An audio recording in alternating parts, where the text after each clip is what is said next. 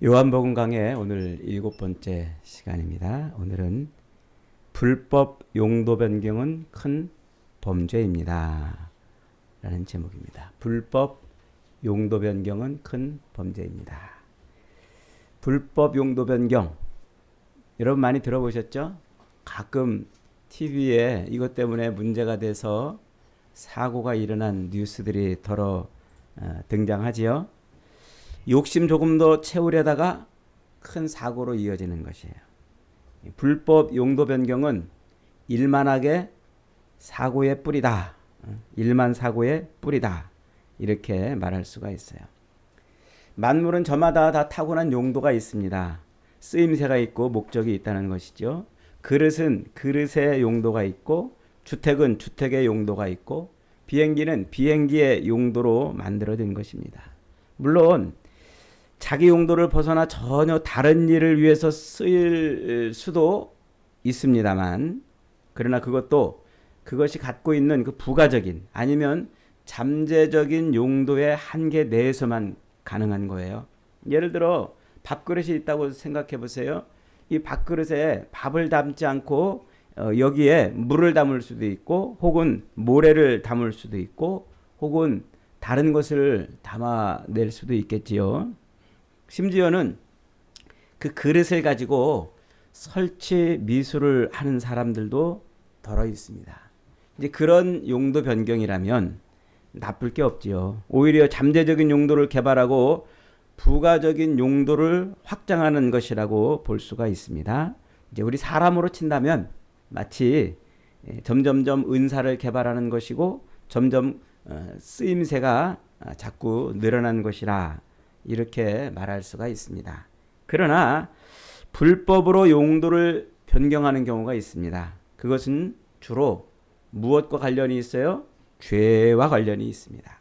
악하게 쓰는 것이죠. 변경의 목적을 욕망을 채우기 위함이고, 그것을 위해서 법이라도 어기는 것, 이것을 뭐라고 그런다고요? 불법 용도 변경, 이렇게 말하는 겁니다. 2014년 세월호 사고가 그런 것이죠. 승객을 좀 더 많이 태우고자 큰 배의 그 갑판을 불법으로 증축을 했습니다. 그러니까 무게 중심이 틀어져 버린 것이죠. 결국 센 물살에 배가 뒤집혀 수많은 자식들을 잃어야 했습니다.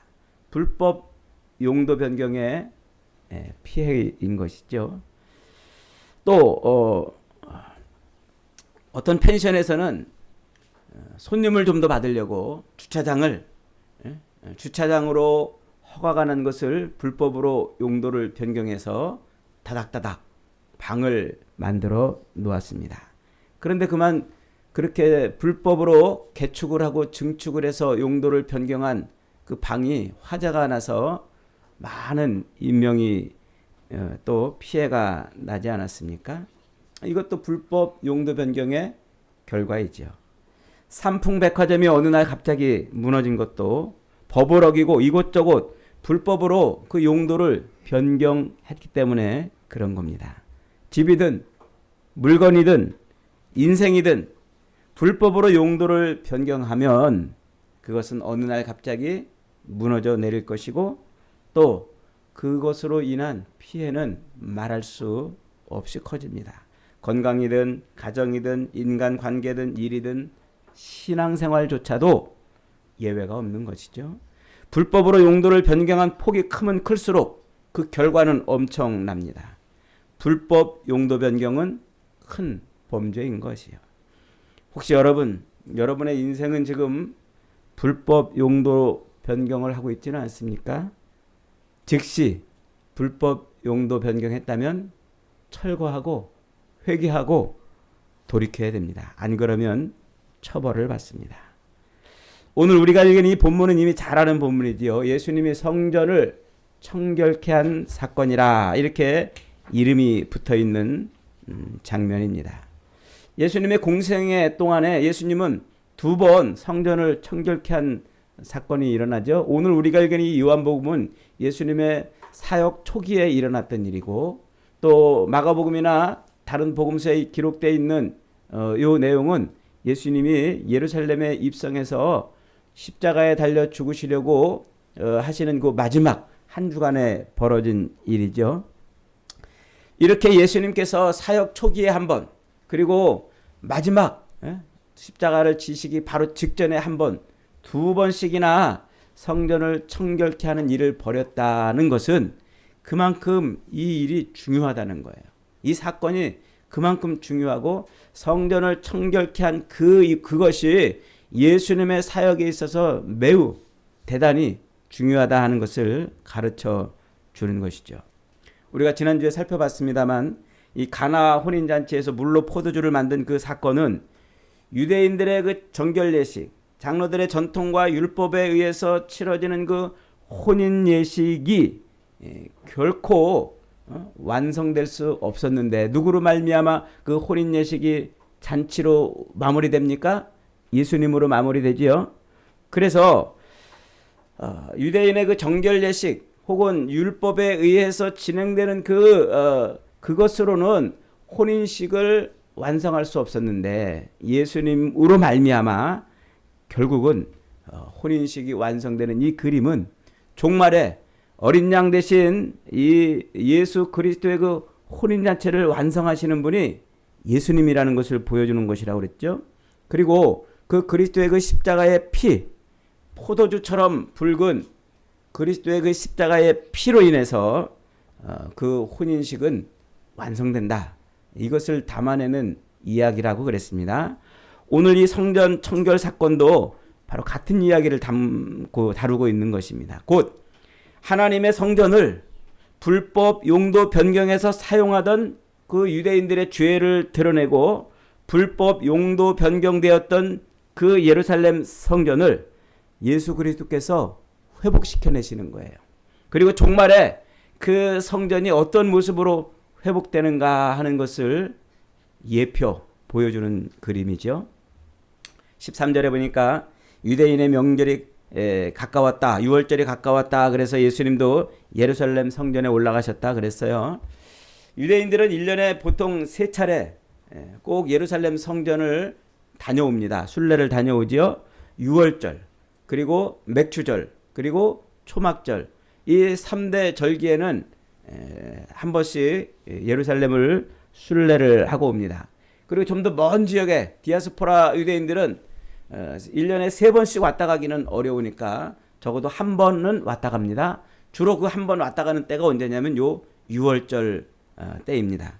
왜냐하면 6월절은 이스라엘 백성들에게 있어서 굉장히 중요한 절기이죠. 그 옛날 애굽에서 종살이하고 있을 때 하나님께서 그들을 애굽의 손에서 건져내실 때 어린 양의 피를 받아서 운설주에 바르고 그 어린 양을 먹는 그 퍼포먼스를 통해서 애굽에서 그들이 구원을 받는 거예요. 죄에서 해방되는 그림이죠. 그래서 그 어린 양의 피로 죄인들을 구원해내시는 그 하나님의 구원의 은혜와 은총을 감사하는 그 절기가 바로 6월절인 거예요. 그래서 이 어린 양의 피가 죄인들을 사망에서 죄에서 건져내신다 하는 요 그림이 거기서 만들어지고 그 어린 양의 피는 누구를 상징한다고요? 곧 예수 그리스도의 피를 상징한다 그랬어요. 그래서 그 어린 양, 죄인들의 죄를 대신해서 죽어줬던 그 어린 양, 그 어린 양을 우리가 1장 29절에서 세례 요한의 입을 통해서 확인했죠. 그 어린 양이 누구였습니까?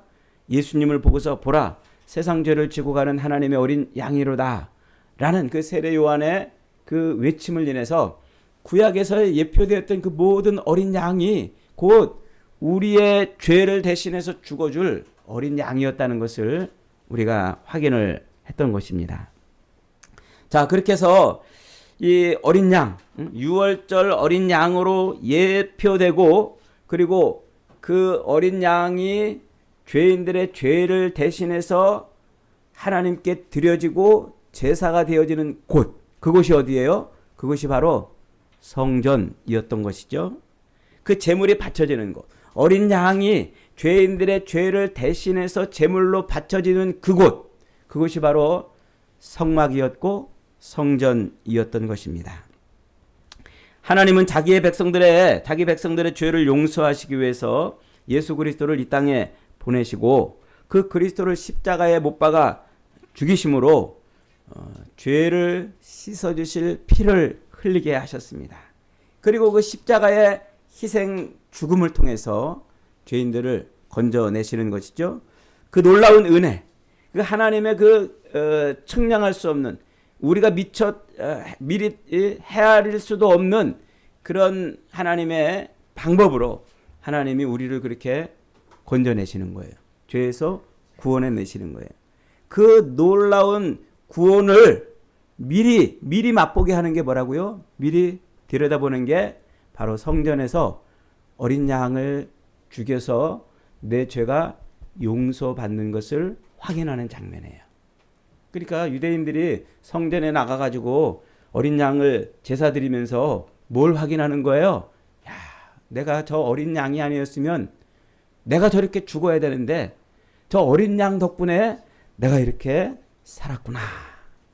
하나님이 나를 대신해서 어린 양을 죽이는 그 행위를 통해서, 그 제사를 통해서 나를 이렇게 살려주셨구나. 그걸 경험하고 그 은혜를 체험하고 감사하고 찬양하는 자리가 어디란 말이에요? 거기가 그 성전이란 말이고 그 행위가 제사 드리는 것이란 말입니다. 그런데 유대인들은 지금 이 예루살렘 성전에서 무엇을 했다는 겁니까? 자신들의 죄가 어린 양으로 말미암아 씻김받고 용서받고 자기가 죽어야 될 그 대신에 어린 양이 죽은 그 놀라운 일을, 그 일을 통해서 하나님의 은혜를 누리고 감사와 찬양을 하기보다는 제사를 드리는 그 열심, 자기들이 그렇게 열심히 제사를 드리는 그 행위, 거기에 방점을 찍었다는 거예요. 내가 이렇게 열심을 드렸다. 내가 이렇게 열심히 제사를 드렸다. 내가 빠지지 않고 죄를 지을 때마다, 절기 때마다 내가 하나님 앞에 나와서 이렇게 제사를 드리고 이렇게 양을 준비하고 이렇게 헌신을 했다. 자기들의 행위에 방점을 찍었다는 거예요. 그 어린 양이 대신 죽어서 자기를 살렸다는 그 하나님의 은혜에 방점을 찍고 그것을 인해서 하나님을 찬양하고 감사하고 나는 하나님으로 인해서 살아가고 있구나. 이걸 깨달은 게 아니라 내가 이런 열심으로 하나님께 제사를 드렸고 이렇게 내가 열심으로 종교적 행위를 했고 신앙생활을 했다는 거예요. 그만큼 내가 얼마나 열심히 했냐는 거예요. 하나님, 내가 이렇게 열심을 다하고 이렇게 제사를 드리고 이렇게 제물을 준비하고 이렇게 열정적으로 이렇게 최선을 다해서 제사를 드렸으니 하나님 저에게 복을 주세요. 이것이 지금 유대인들이 예루살렘 성전을 불법 용도 변경한 겁니다. 그 성전 앞에 가면 죽을 수밖에 없었던 자기를 살리신 하나님을 찬송할 수밖에 없고 그 성전에 그 피냄새 피비린내가 진동하는 그 제사터에 들어가면 정말 자기를 살리신 그 하나님의 은혜를 감사하고 찬송할 수밖에 없는데 도리어 그들은 그 성전을 어떻게 이해했단 말이에요? 불법 용도 변경, 자기들의 의의를 드러내는 곳으로 바꿨단 말이에요. 자기들의 이 신앙생활이 얼마나 철저하고 열심 있고 얼마나 치밀하게 제사를 드렸는지 거기에 방점을 찍고 그렇게 했다는 거예요. 그러니까 그 성전은 곧 어떻게 용도 변경이 된 겁니까? 하나님의 은혜 앞에 무릎 꿇고 사는 존재로 자기를 그렇게 바라보는 곳이 아닌 하나님 앞에 내가 이렇게 열심을 내고 이렇게 내가 최선을 다하고 이렇게 종교생활을 잘하고 이렇게 신앙생활을 잘한 곳으로 그렇게 여겼다 하는 것이죠. 얼마나 기가 막힙니까? 이게 불법 용도 변경이에요. 두 번째, 어디 그뿐입니까? 16절에 보니까 그들은 이 성전을 뭘로 바꿨다고요? 장사하는 집으로. 만민의 기도하는 집인데 그곳을 어떻게 용도 변경했어요? 장사하는 장사치들의 집으로 바꿨다 그래요. 20살 이상 된 유대인들은 매년 6월절이 되면은 맥주절이나 초막절 매년 이 절기 때마다 예루살렘 성전에 이렇게 순례를 한 번씩 합니다. 근데 가까운 데는 3번씩 올라가지만 저 멀리 있는 지역에 디아스포라 유대인들은 한 번씩밖에 못 가던데 적어도 이 6월절 절기는 꼭 지키도록 했던 것이죠. 그때 이 기록에 의하면 6월절에 예루살렘에 모이는 사람들의 그 숫자가 순례객들이 대략 한 15만에서 20만 명 정도 이렇게 모인다고 해요. 그러니까 그 순례객의 가족도 있을 것이고 자식들도 있을 것이고 또 그 예루살렘 성에 이미 살고 있는 백성들도 있을 것이고 그 숫자들을 대략 계산해 보면은 약 한 120만 명 정도 이렇게 모이는 곳이라고 이렇게 말을 하죠. 그러니까 그 예루살렘이 얼마나 복잡하겠어요.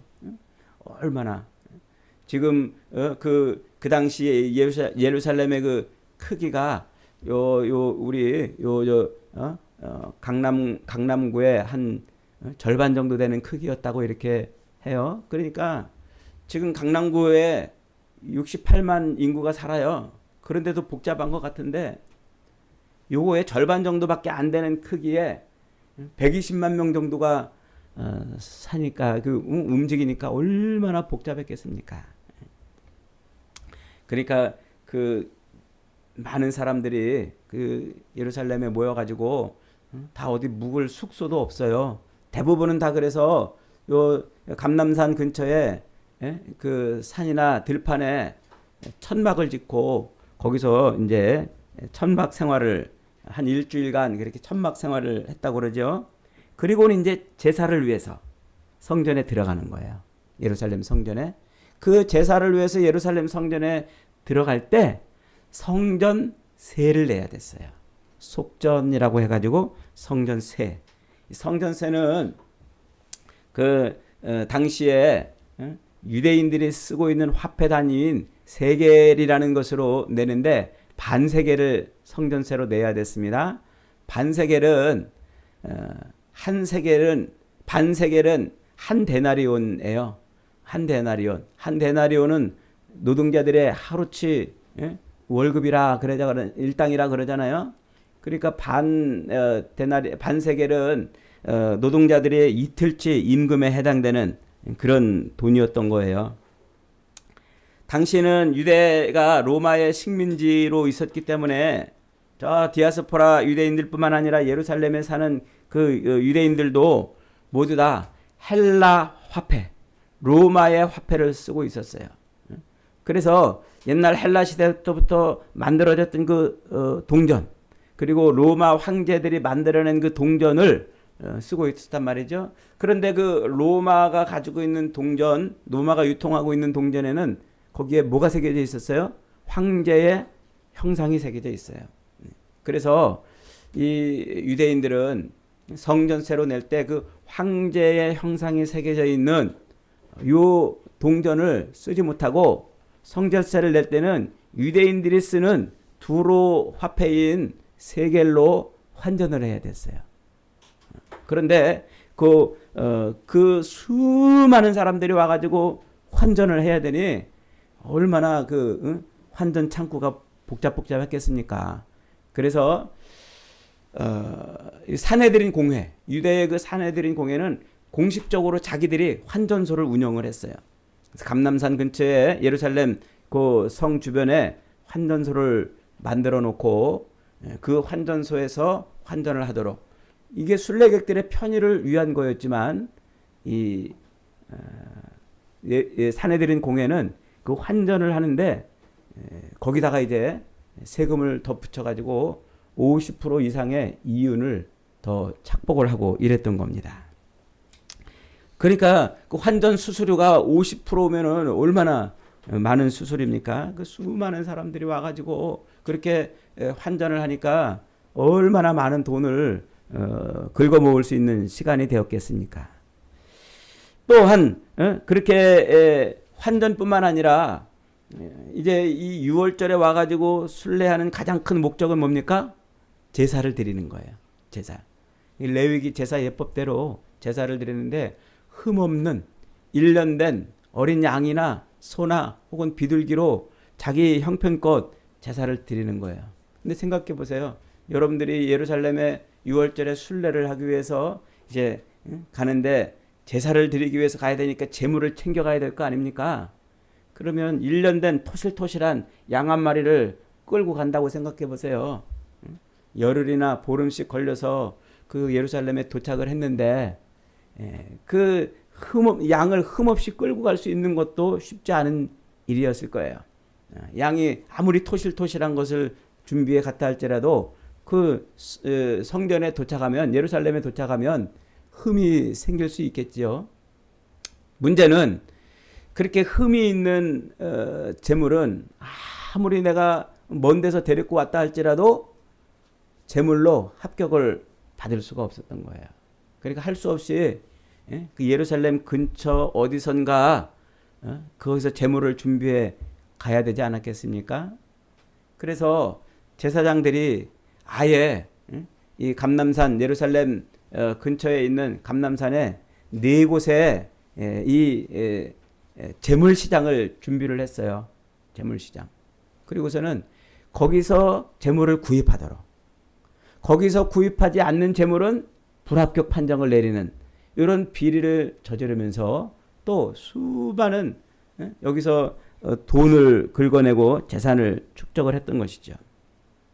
그러니까 환전을 하는데 또 돈을 긁어 모으고 또 재물을 준비하는데 또 돈을 긁어 모으고 거기에다 또 성전세를 받으면서 그렇게 예루살렘은 어느 틈엔가 불법 용도 변경이 돼서 하나님의 은혜와 임재하심이 충만한 그런 곳이 아니라 자기들의 욕망과 욕심을 채우기 위한 그런 곳으로 용도 변경이 되어버렸던 거예요. 그 불법 용도 변경의 현장에 예수님이 지금 오신 겁니다. 그래서 예수님은 그 장면을 보시고 하나님의 임재하심을 누리고 하나님의 은혜를 인하여 감사와 감격과 찬송이 넘쳐야 될 그곳에 탐욕과 욕망이 끌어넘치는 그 모습을 보시고 예수님은 분노하셨습니다. 성전 안에서의 장사가 하나님의 영광을 위한 것이 아니라는 것을 알았기 때문이지요. 제사를 위한 것도 아니었습니다. 그것은 돈에 눈이 뒤집힌 탐욕자들을 위한 것이었어요. 예수님은 제자들의 말릴 겨를도 없이 장사꾼들에게 달려들었습니다. 그들의 돈통을 뒤집어 엎으셨습니다. 새장을 집어던지고 소와 양들을 몰아내셨습니다. 노끈으로 채찍을 만들어 휘두르시며 장사꾼들을 때밀어 뜰 밖으로 몰아내셨습니다. 그리고는 내 집은 기도하는 집이라 일컬음을 받으리라. 그런데 너희는 강도의 소굴을 만들었구나 하시면서 그들을 책망하셨어요. 그래서 유대인들이 달려들어가지고 네가 도대체 무슨 권세로 누구한테 무슨 권세를 받아서 이런 일을 행하느냐고 따져 덤볐습니다. 여기서 이들이 그냥 예수님한테 물었다 이렇게 본문은 말을 표현하고 있는데 이 물었다라는 말이 달려들어 죽일 듯 달려들었다 이 말이에요. 죽일 듯, 예수님을 죽일 듯 달려드는 거예요. 죽일 듯. 네가 이런 일을 행하는데 무슨 권세를 가지고 그러느냐? 우리에게 도대체 무슨 표적을 보여줄 것이냐? 네가 메시아가 맞다면 표적을 보여달라 하는 것이죠. 그때 예수님께서 뭐라고 말씀하십니까? 너희가 이 성전을 헐어라. 내가 사흘 동안에 일으키리라 라고 말씀하십니다. 유대인들이 깜짝 놀라 다시 되묻습니다. 야, 이 성전은 46년 동안 지어졌거늘 네가 사흘 동안에 일으키겠느냐? 묻습니다. 거기에 사도 요한은 토를 달아놨어요. 실제로 예수님이 살아계실 때 그 일을 사도 요한이 옆에서 목격을 했지 않습니까? 그리고 예수님이 죽으시고 부활 승천하신 이후에 약 한 40-50년쯤 지난 다음에 이 요한복음을 지금 기록하고 있는 거예요. 요한은 그때 그 장면을 보고서 지금 그때 그 예수님의 말씀이 무엇인가를 알았던 거예요. 그래서 거기다 지금 토를 달아놓는 거예요. 뭐라고 달아놓습니까? 21절에 그러나 예수는 성전된 자기 육체를 가리켜 말씀하신 것이다. 성전된 자기 육체. 왜 사도 요한이 이런 토를 달아놨습니까? 지금 예수님은 지금 이 불법으로 용도가 변경되어서 탐욕자들의 욕망을 채우는 곳이 된 그 예루살렘 성전이 실은 자기를 예표하고 있는 곳이었다는 것을 지금 말하고 있는 거예요. 그러니까 하나님께서 모세를 통해서 광야에서 세우게 하셨던 그 성막이나 솔로몬을 통해서 예루살렘에 세우게 하셨던 그 예루살렘 성전은 곧 무엇을 예표하고 있는 것이었다고요? 죄인들을 대신해서 죽으셨다가 부활하실 3일 만에 부활하사 하나님의 영광을 드러낼 그리스도 예수를 예표하는 것이었단 말이에요. 성막이나 성전이 바로. 그래서 이 땅에 오셔서 십자가에 못 박혀 죽으셨다 부활하신 그 예수 그리스도가 곧 성막이고 성전이었다고 지금 그 얘기를 하고 있는 거예요. 그런데 사도 바울은 더 놀라운 이야기를 우리에게 해주고 있습니다. 고린도전서 3장 16절 17절에 가면 이런 말씀이 있어요. 너희는 너희가 하나님의 성전인 것과 하나님의 성령이 너희 안에 계시는 것을 알지 못하느냐? 누구든지 하나님의 성전을 더럽히면 하나님이 그 사람을 멸하시리라. 하나님의 성전은 거룩하니 너희도 그러하니라. 갑자기 뜬금없이 사도 바울은 고린도 교회를 향해서 너희가 바로 하나님의 성전이다 이렇게 말을 하는 거예요. 이 말이 무슨 뜻일까요? 이 말이 바로 이런 거예요.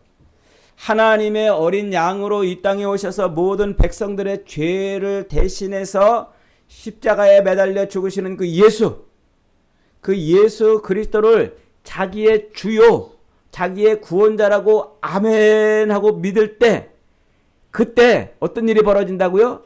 그때 우리 속에 성령이 들어오신단 말이에요. 성령이 내 안에 들어오시는 거예요. 성령이 우리 안에 들어오심으로 말미암아 우리가 뭐가 된다고요?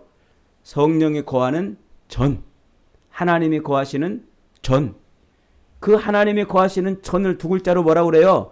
성전이라고 지금 말하는 겁니다. 그러니까 이게 무슨 얘기입니까?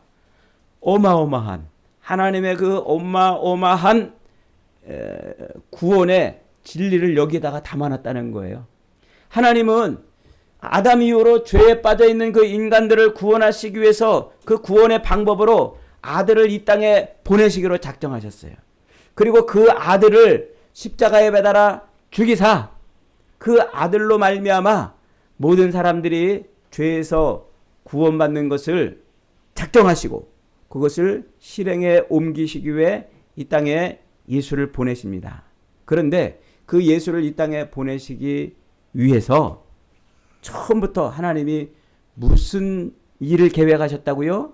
어린 양을 잡아서 어린 양을 죽임으로 말미암아 그 어린 양이 우리의 죄를 대신해서 죽어주는 존재인 것을 그것을 성막을 통해서 성전의 제사를 통해서 미리 예표하셨다는 거예요.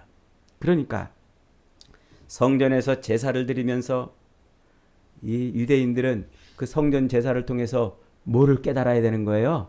야, 하나님이 나를 대신해서 저 어린 양을 죽여줬구나. 제사를 드리면서 하나님이 나를 살리기 위해서 어린 양을 죽였구나. 요걸 깨닫는 거예요. 이걸 깨달아서 하나님의 그 은혜와 임재하심을 누려야 되는데 그걸 성전에서 바로 그것을 경험하고 누려야 되는데 지금 이 유대인들은 성전을 불법 용도 변경 해놨기 때문에 전혀 그것을 깨닫지 못한다는 거예요. 누리지 못한다는 것이죠. 예수님이 이 땅에 오셔서 십자가에 죽으시고 부활하심으로 말미암아 이제는 그 그리스도 십자가에 달려 죽으신 예수를 자기 구주로 자기 구원주로 믿는 사람들은 그 속에 누가 들어옵니까? 성령이 들어온단 말이에요. 여러분 예수님을 믿으십니까? 십자가에 달려 죽으신 예수님이 여러분의 구주이심을 믿으십니까? 그렇게 믿는 순간 여러분 안에 누가 들어오셨다고요? 성령이 들어오셨다고요. 그러면 우리가 뭐가 됐다고요? 우리가 성전이 됐단 말이에요. 이제. 성전. 볼품없이 생긴 것 같아도 좀 멋진 모습이 된 것 같지 않아도 우리는 성전이에요. 이제. 그러면 우리는 이제 뭐가 된 거예요? 예수 그리스도로 말미암아 저와 여러분들은 용도가 변경된 사람들이란 말이에요. 옛날에는 죄악을 담아내는 그릇들이었어요. 욕망과 탐욕에 사로잡혀 그렇게 사는 인생들이었어요. 그런데 이제 하나님이 예수 그리스도를 통해서 우리 안에 들어오심으로 우리를 뭘로 바꿔놓으셨다고요? 하나님이 거하시는 성전으로 용도가 변경된 인생들입니다. 한번 따라해봅시다. 나는 용도가 변경된 사람이다. 지금 예수님께서 성전에서 소란을 일으키시는 이 사건은 형식적으로는 하나님을 섬긴다고 하면서도 자신들의 유익을 챙기려는 그 유대교로 대표된 그 죄인들의 행태를 고발하는 사건이에요. 그래서 예수님이 오셔서 그 성전을 청결케 하는 그 사건을 통해서 불법으로 용도가 변경된 그 성전을 예수님의 그 죽으심으로 새롭게 하심으로 다시 용도를 회복시켜 새로운 용도로 만들어내시는 것이죠. 재건축된 그 성전. 그래서 우리가 그리스도 예수로 말미암아 재건축된 새로운 용도로 변경된 성도들의 성전인 거예요. 바로 이 모습이 어디에서 완성이 됩니까? 요한계시록 21장에서 새 하늘과 새 땅에서 어린 양의 신부의 모습으로 완성이 돼요. 사도 요한이 그 새 하늘과 새 땅의 모습을 이렇게 보내잖아요. 그 장로가 와가지고 천사가 와가지고 요한아 내가 너에게 어린 양의 신부를 보여주겠다 따라와라 그러더니 하늘이 쫙 열리고서 어린 양의 신부가 하늘에서 쫙 내려옵니다. 근데 그 내려오는 모습이 하얀 면사포를 쓰고 연지곤지 찍고 화려하게 꾸며있는 그 모습인 줄 알았더니 뭐가 내려왔어요? 둥둥둥둥둥둥 예루살렘 새 예루살렘 성전이 내려온 거였어요. 그 새 예루살렘 성전을 보고서 뭐라고 하고 있어요? 어린 양의 신부라. 어린 양의 신부라. 어린 양의 신부가 누구예요? 저와 여러분 아닙니까? 가나의 그 혼인집에서 이루지 못했던 그 혼인식을 그리스도 예수가 완성시키는 그 혼인잔치의 모습을 그것을 통해서 우리는 뭐가 됐어요? 어린 양의 신부. 그 어린 양의 신부가 어떤 모습이라는 거예요? 예루살렘 성전의 모습이었다는 거예요. 그러니까 그 옛날 성막에서 그리고 예루살렘 성전이 이 땅에 세워진 것은 바로 그 하나님의 영광을 드러내야 될 그런 존재였는데 유대인들은 그 성전을 불법 용도 변경해서 사용하고 있었다는 거예요. 그것을 예수님이 오셔서 다시 용도를 새롭게 바꿔놓으신 겁니다. 여러분, 신앙생활이라는 게 뭘까요? 죽을 수밖에 없었던 죄인인 우리가 어린 양 예수 그리스도로 말미암아 살아났음을 고백하고 그 은혜를 감사하고 그 놀라운 하나님 앞에 경배하며 사는 것이 바로 신앙생활이에요. 신을 앙망하는 생활이란 말이에요. 하나님을 바라보는 생활이에요. 하나님을 앙망하고 하나님 앞에서 내가 얼마나 비참하고 얼마나 큰 죄인인가를 늘 깨닫는 거예요. 하나님을 바라볼 때마다 나를 살리신 그 은혜와 은총을 인해서 감사하고 감격하는 것이 그것이 신앙생활이에요. 그래서 내 안에 들어와 계신 성령 하나님을 인해서 나는 하나님의 통치를 받고 살 수밖에 없는 존재입니다. 하나님의 은혜로 살 수밖에 없는 존재입니다 하는 것을 늘 깨닫고 감사하고 찬송하는 삶, 그것이 신앙생활이고 그것이 오늘 성전된 우리의 모습이라는 것입니다. 여러분, 그러므로 불법 용도 변경된 그 삶을 살아가면 안 됩니다. 우리도 하나님의 거하시는 성전이라면 우리도 우리 몸을, 우리 삶을 불법으로 용도 변경해서 살아서는 안 된단 말입니다. 우리도 늘 자신을 청결케 해야 돼요. 예수님이 예루살렘 성전을 청결케 하셨던 것처럼 우리도 그렇게 청결하게 해야 돼요. 무엇으로부터 청결해야 됩니까? 강도의 구렬처럼 만들어 놓은 것으로부터 청결해야 됩니다. 자기 욕망을 채우고 자기 욕심을 채우고 자기 배를 채우고 사는 그 엉터리 같은 그런 삶에서 자기를 청결케 해야 됩니다. 예수님의 이름을 팔아서라도 자기 배를 채우려고 하는 그 탐욕과 세상에서 성공하고 출세하고 대접받으려고 하는 욕망과 편하게 예수 믿고 편하게 교회 생활하려고 이 땅에서 쾌락을 쫓는 그 모든 삶을 청결케 해야 됩니다. 이게 그리스도를 바라보는 삶이고 이게 신앙생활이고 성전된 삶이라는 것이죠. 이것이 내 집은 만민의 기도하는 집이다 하는 말 속에 들어있는 말입니다. 여러분은 지금 매일매일 얼마나 기도하고 사십니까? 하나님의 영이 여러분 안에 들어와서 여러분이 성전이라면 내 집은 만민의 기도하는 집이라 하고 외친 이 주님의 말씀처럼 우리의 삶 속에서는 기도가 흘러넘쳐야 돼요. 기도가 충만해야 돼요. 눈 뜨고 일어나서 하루를 시작할 때 기도로 시작하고 눈 감아 하루를 마감할 때 기도로 마감할 수 있는 삶이 되어야 합니다.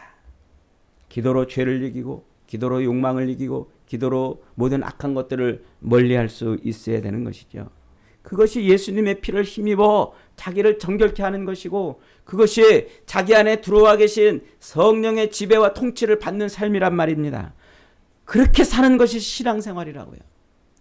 유대인들이 종교적 열심으로 그 성전에 나가서 이런 제물을 준비하고 저렇게 제물을 준비하고 이렇게 열심으로 저렇게 열심으로 제사를 드렸노라고 자기 의의를 드러내는 것이 신앙생활이 아닌 것처럼 예배당에 나와서 혹은 교회에 나와서 내가 이렇게 헌금하고 이렇게 11조하고 이렇게 예배 생활하고 이렇게 봉사하고 이렇게 섬기는 생활을 했다고 자기 의의를 드러내는 것이 신앙생활이 아닌 것처럼 오직 나를 구원하시고 나를 살리신 하나님을 드러내는 삶이 되는 거예요.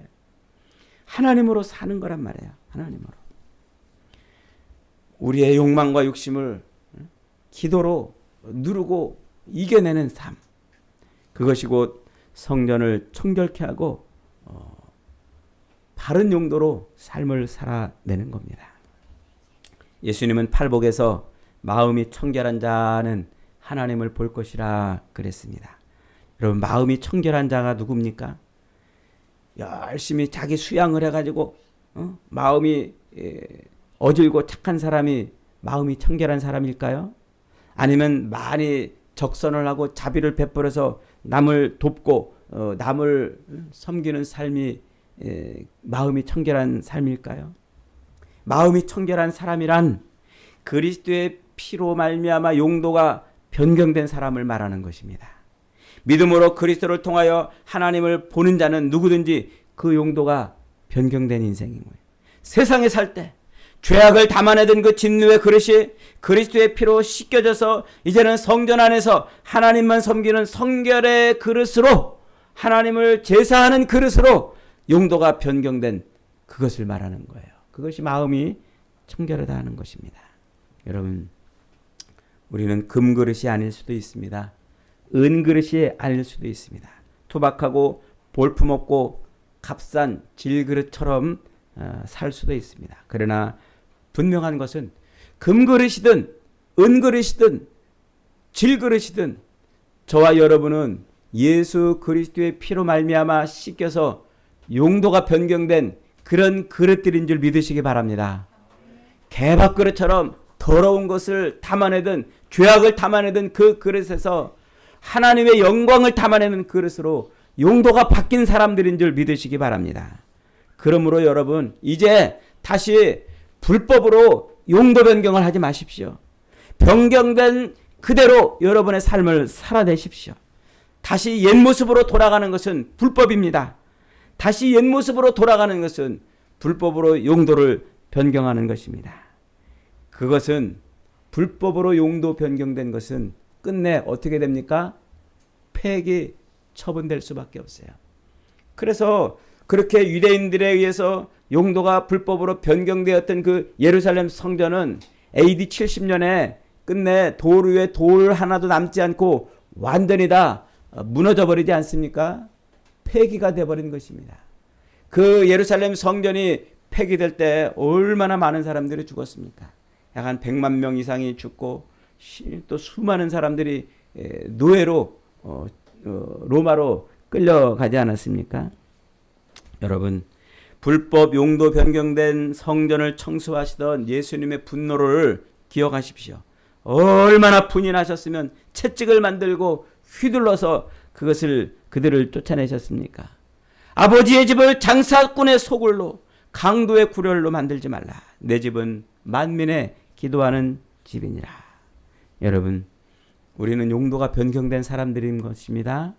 예수 그리스도를 십자가에 달려 죽으신 예수 그리스도를 믿음으로 말미암아 우리는 이제 죄악을 담아내던 그릇에서 하나님의 영광을 담아내는 그릇으로 용도가 변경된 사람들입니다. 돈 때문에 하나님을 이용하지 마십시오. 세상에서의 성공과 출세와 욕심 때문에 기도를 버리지 마십시오. 썩어질 육신을 즐겁게 하기 위해서 여러분의 영을 비참하게 만들지 마십시오. 의식주의 사슬에 매여 사탄의 종로로 하지 마십시오. 쾌락의 술에 취해 주정하고 쾌락을 먹고 마시기 위해서 뒷골목을 헤매는 개처럼 살지 마십시오. 저와 여러분의 용도는 그것이 아닙니다. 그것은 불법 용도 변경된 삶인 것입니다. 사랑하는 여러분, 저와 여러분은 술에 취해 살아야 되는 사람이 아니라 성령에 취해 살아야 되는 사람들입니다. 의식주의 사슬에서 해방되어서 즐거운 삶으로 하나님을 예배하며 사는 삶입니다. 육신을 쳐서 복종시키며 자기 영을 돌보는 사람들입니다. 그래서 늘 기도에 바쁘고 기도에 충만하고 기도로 성공하여서 그렇게 세상을 이겨내는 사람들이 되는 것입니다. 여러분, 예수 그리스도의 십자가에서 흘리신 그 피로 씻겨져서 이제 저와 여러분은 용도가 변경된 사람들입니다. 그래서 먹든지 마시든지 무엇을 하든지 다 하나님의 영광을 위해서 살아가야 되는 것입니다. 저와 여러분은 예수 그리스도의 그 십자가 죽으심과 부활을 믿는 믿음으로 말미암아 죄악을 담아내던 그릇에서 하나님의 영광을 담는 그릇으로 용도가 변경된 사람인 것을 잊어버리지 마시고 앞으로는 불법 용도 변경해서 삶을 사는 것이 아니라 하나님이 우리를 그렇게 바꿔놓으신 용도대로 먹든지 마시든지 무엇을 하든지 하나님의 영광을 위해 사는 복된 인생들이 다 되시기를 주님의 이름으로 축복합니다. 아멘. 아멘.